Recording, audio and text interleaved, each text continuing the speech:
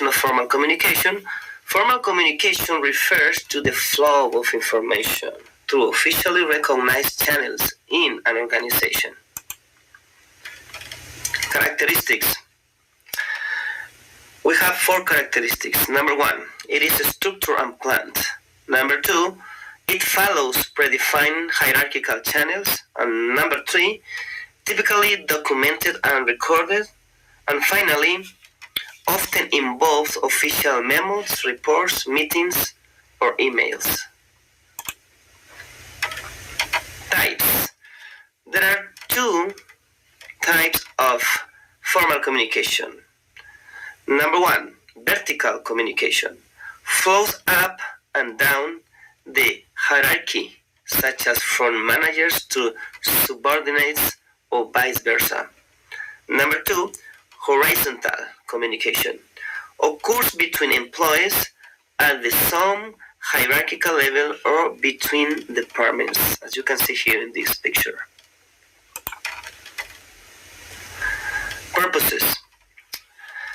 Number 1, the purpose for formal communication is conveying official policies, procedures, and directives.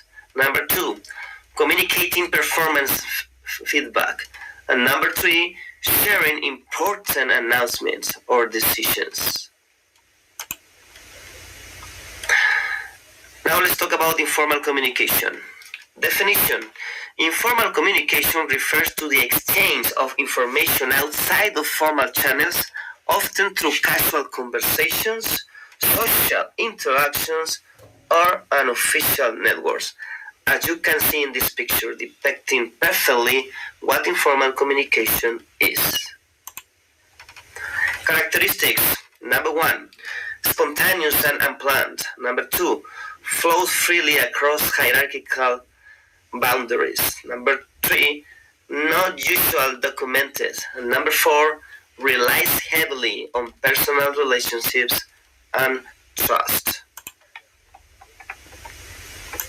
Types of informal communication. Grapevine communication and social interaction. Let's see grapevine communication. It's informal communication network where rumors, gossip, and unofficial information circulate.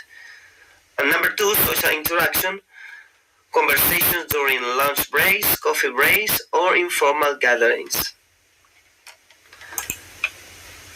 Purposes of informal communication. Number 1, building rapport and relationships.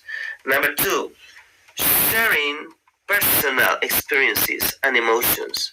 And number 3, gathering insights and informal feedback. As a conclusion, let's see the differences between formal communication and informal communication. Okay, differences in structure. Formal communication is structured and follows predefined channels, while informal communication is spontaneous and unstructured. In documentation, formal communication is often documented, while informal communication is not usually recorded. Purpose. Formal communication serves official organizational goals, while informal communication fosters social connections and builds informal networks. Differences in speed. Informal communication tends to be faster than formal communication, especially for spreading rumors or urgent messages. And let's conclude with one of the most famous quotes about communication.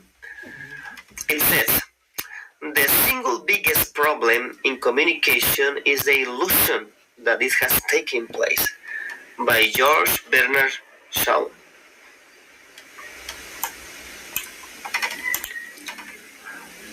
And the only thing I have to say right now is thank you very much for